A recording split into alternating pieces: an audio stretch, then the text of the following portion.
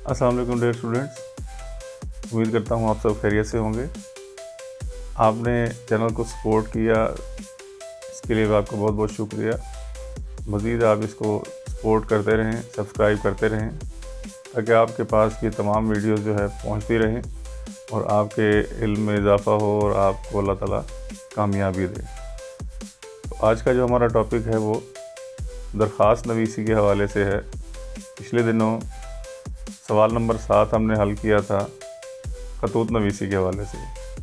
उसमें ही चॉइस होती है 9th क्लास वालों के लिए, या वो ख़त लिख सकते हैं या फिर दरख्वास्त।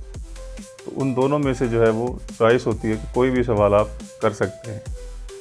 ख़त के हवाले से मैंने वीडियो बनाई थी, वो भी आप देख सकते हैं। उसमें स्टेप बाय स्टेप मैंने बताया था कि किस तरह से आप उसमें 10 के 10 नंबर ले सकते हैं।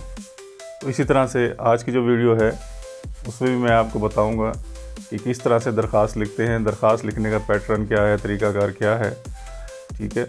उसके अलावा इसमें कौन कौन सी ऐसी गलतियां होती हैं जो कॉमन मिस्टेक्स कहलाती हैं, अमूमी गलतियां होती हैं, आज मैं वो भी आपको बताऊंगा कि वो किस तरह से आपने ठीक करनी है और किस तरह से बच्चे जो है वो गलतियां करते हैं लेकिन उसको सुधार नहीं पाते। तो आज मैं आपको पैटर्न भी बताऊंगा और वो तमाम गलतियां भी बताऊंगा जो बच्चे करते हैं। तो अभी तक आपने अगर वीडियो को लाइक नहीं किया, सब्सक्राइब नहीं किया चैनल को, तो इसको सब्सक्राइब कर दें।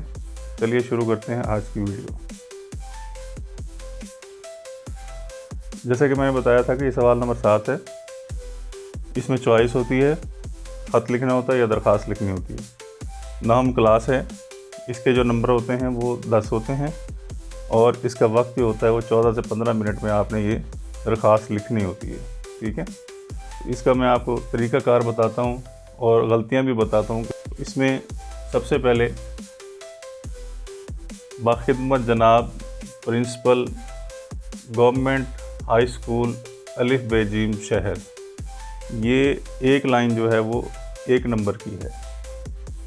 ये एक लाइन जो है 1 नंबर की है, ठीक है। तो इसमें गलतियाँ क्या होती हैं, यहाँ पर जहाँ जनाब आता है वहाँ पे साहब नहीं आता। बच्चे यहाँ पर जनाब और साहब दोनों लिख देते हैं इस लाइन में। ये मैं 1 बाय 1 करके बता रहा हूँ आपको। जिस लाइन में जो गलती होती है वो मैं आपको बता रहा हूँ साथ साथ। तो ये जो पहली लाइन है 1 नंबर की होती है। इसमें जो बच्चे गलतियाँ करते हैं वो साहब लिख देते हैं जनाब के साथ, जनाब आएगा तो साहब नहीं आएगा।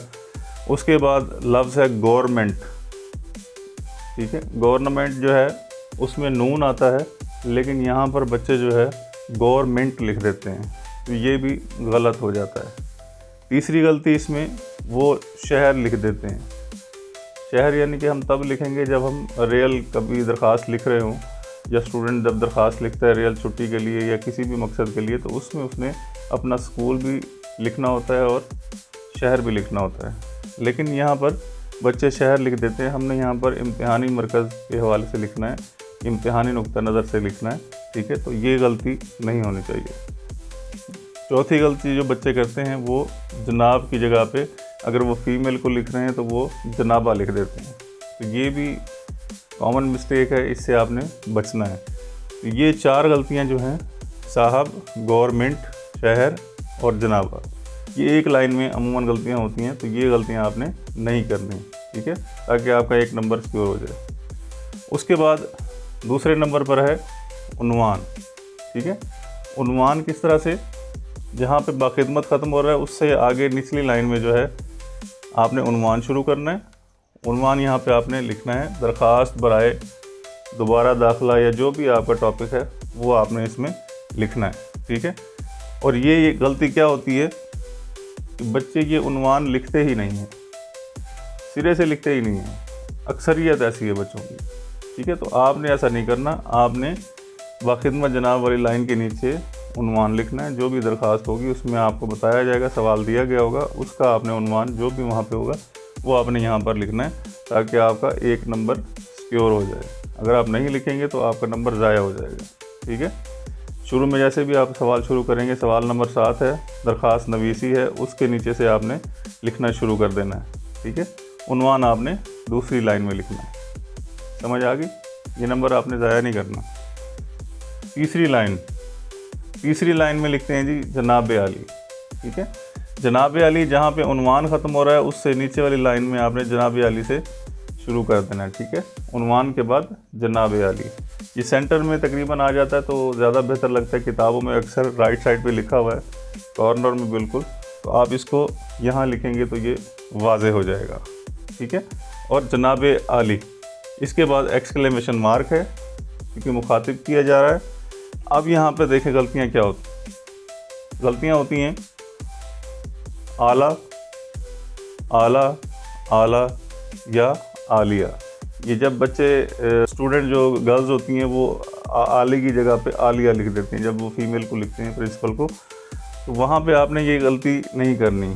ये फीमेल स्टूडेंट जो हैं उन्होंने भी आली ही लिखना है, अगर मेल स्टूडेंट हैं बॉयज़ हैं तो उन्होंने भी आली ही लिखना है। ये चारों लफ्ज़ आप नोट कर लें यहाँ पे, ये आपने गलती नहीं करनी। ये भी कॉमन मिस्टेक है, बच्चे अक्सर कर देते हैं, तो इसकी वजह से उनका 1 नंबर ज़ाया हो जाता है। लेकिन हमने तो पूरे नंबर लेने, तो आपने इन स्टेप्स को याद रखना है। ठीक है, आपने कोई नंबर भी स्किप नहीं करना। इसके बाद जैसे हमने ख़त में बताया था तमहीदी कलमा, उसके बाद नफ्स मज़मून, इख्तितामी कलमा। ठीक है, इस तरह इसमें भी है तमहीदी कलमा, ये सारा नफ्स मज़मून में आ जाता है। नफ्स मज़मून जो है वो 5 नंबर का होता है जैसे कि ख़त में भी था। तो यहाँ पर जो है तमहीदी कलमे में निहायत अदब से गुजारिश है कि, ठीक है, निहायत अदब से गुजारिश है कि। अब बच्चे जो है क्या करते हैं इसमें गलती, मौदबाना अदब से गुजारिश है। ठीक है, मौदबाना अदब से गुजारिश है, मौदबाना का मतलब ही अदब से है। ठीक है, तो ये भी एक कॉमन मिस्टेक है जो बच्चे करते हैं, आपने ये गलती नहीं करनी। ठीक है, उसके बाद नफ्स मज़मून, नफ्स मज़मून में क्या आता है जी, असल मुद्दा, यानी कि जिस हवाले से वो दरख्वास्त लिखी जा रही है उसमें आपने तमहीदी कलमा के बाद असल मुद्दा बयान करना है कि ये दरख्वास्त क्यों लिखी जा रही है। ठीक है, उसके बाद इख्तितामी कलमा, इख्तितामी कलमा जैसा कि आपने यहाँ पे लिखा है दोबारा दाखिला के लिए, तो उसमें आप नीचे लिखेंगे इख्तितामी कलमा में आपसे गुजारिश है कि मुदर्जा वाला गुजारिशात पर गौर फरमाकर दोबारा दाखिले के अहकामात सादिर फरमाएँ, दोबारा दाखिले के अहकामात सादिर फरमाएँ। तो ये इख्तितामी जुमला हो गया। ठीक है, उसके बाद आपने लिखना है दरमियान में अल-आरिज़। अब यहाँ पे क्या गलती होती है, कॉमन मिस्टेक क्या है वो मैं आपको बताता हूँ। ये उससे नीचे वाली लाइन में आप अल-आरिज़ लिखते हैं, बहुत से बच्चे लेफ़्ट साइड पे लिखते हैं दरख्वास्त गुजार और दरमियान में लिख देते हैं अल-आरिज़। जैसे कि यहाँ पे अल-आरिज़ और दरख्वास्त गुजार दोनों लिख देते हैं जो कि गलत हैं। ठीक है, आपने इन दोनों में से कोई एक लिखना है। ठीक है, या अल-आरिज़ लिखेंगे या दरख्वास्त गुजार लिखेंगे, वो भी सेंटर में। ठीक है, किताबों में लेफ़्ट साइड पे भी लिखा हुआ है लेकिन आप इसको सेंटर में लिखेंगे तो वो ज़्यादा बेहतर होगा। ठीक है, तो आपने अल-आरिज़ लिखना है या दरख्वास्त गुजार लिखना है, दोनों में से कोई एक लिखना है। ठीक है, उसके बाद तारीख़ का मरहला आ जाता है कि तारीख़ कैसे लिखनी है। बहुत से बच्चे इस तरह से तारीख़ लिख देते हैं 17/3/2025 या मार्च का महीना पहले लिख के, जो भी महीना होगा वो महीना पहले लिख देते हैं और उसके बाद इस तरह से डेट लिख देते हैं। ये भी तरीक़ाकार गलत है। ठीक है, तारीख़ लिखने के 2 तरीके राइज हैं। एक, सबसे पहले आप 17 लिखेंगे डिजिट में कि 17, फिर आप मार्च का महीना लिखेंगे और फिर आप उसका साल लिखेंगे कि 2025 चल रहा है, वो साल आपने लिखना है। ठीक है, इसी तरह से आप उर्दू में भी लिख सकते हैं, जैसे उर्दू के डिजिट होते हैं उसमें भी आप लिख सकते हैं 17 मार्च 2025। ठीक है, ये इस तरह से एक नंबर होता है। तो यहाँ तक आपके 9 नंबर हो गए। ठीक है, उसके बाद आखिर में आता है आपका ताबे फरमा। ठीक है, आखिर में आपका ताबे फरमा लिखा जाता है, लेकिन बच्चे यहाँ पे क्या गलती करते हैं, ये भी एक नंबर है, इसको भी आपने याद रखना है, इसको आपने ज़ाया नहीं करना। यहाँ पर बच्चे लिख देते हैं आपका ताबेदार, आपका ताबेदार या आपका फरमा बरदार, तो ये दोनों ही गलत हैं। ठीक है, आपने यहाँ पे लिखना है ताबे फरमा। ताबे फरमा से मुराद के जो फरमान या हुक्म जारी किया जाता है उसके आप ताबे हैं, उसके ताबे है स्टूडेंट। ठीक है, तो इसलिए आपने वहाँ पे ताबे फरमान लिखना है। ठीक है, उसके नीचे आप लिखेंगे अलिफ बे जीम। सही हो गया। अच्छा, इसमें एक और गलती करते हैं बच्चे कि अल-आरिज़ के सामने राइट साइड पे जो है वो इसका तारीख़ लिख देते हैं। ऊपर लिख देते हैं, जबकि ये तारीख जो है वो नीचे लिखनी है। ठीक है, ये तारीख नीचे लिखनी है। आपका ताबे फरमा लिखते हैं, उसके सामने आपने लिखनी है। ठीक, आपका ताबे फरमा के नीचे आपने लिखना है अलिफ बे जीम। ठीक है, यहाँ पे इख्तिताम हो जाएगा। इस तरह से आपका जो सवाल है ये मुकम्मल होता है। उम्मीद करता हूँ आपको आज का सवाल समझ आ गया होगा स्टेप बाय स्टेप, और एक भी स्टेप आपने मिस नहीं करना, ये आपने याद रखना है। ठीक है, तो आपने ये तमाम के तमाम स्टेप याद रखने हैं। तमाम की तमाम गलतियाँ जो हो सकती हैं वो आपने याद रखनी है, वो आपने नहीं करनी। ठीक है, तो उम्मीद करता हूँ कि आपको आज का सवाल समझ आ गया होगा। ठीक है, अगर आपको कोई चीज़ समझ नहीं आई आप कमेंट बॉक्स में लिख सकते हैं। ठीक है, मिलते हैं अगली वीडियो में, तब तक के लिए अल्लाह हाफ़िज़।